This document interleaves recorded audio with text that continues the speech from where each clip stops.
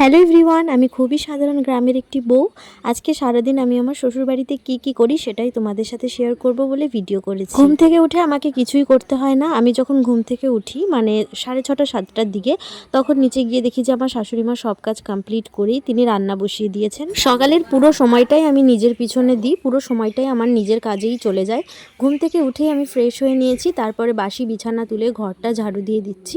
আর ঘরটা ঝাড়ু দিয়ে দেওয়ার পরে আমি একটু হালকা ফুলকা যোগা করে নিই। আমি খুব হাই যোগা করতে পারি না, আমার ডক্টর বলে বারণ করেছে, হালকা ফুলকা যোগা করতে বলেছে।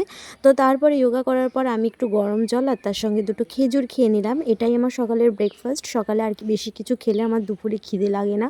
তারপর আমি বসে বসে আমার 3টে নাইটি আমি ফিটিংস করে ফেলেছি, আর বাইরে যাইনি ফিটিংস করতে। তারপর কিছু জামা কাপড় ছিল তোমাদের দাদাভাইয়ের প্লাস আমার, সেগুলো সব ধুয়ে দিলাম।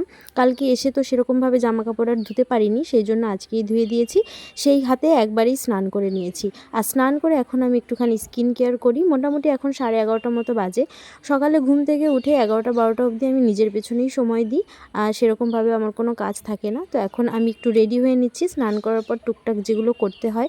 তোমরা অনেকেই আমার স্কিন কেয়ারের ভিডিও চেয়েছো, তবে আমি সেরকমভাবে তো করি না, করলে দেখাবো।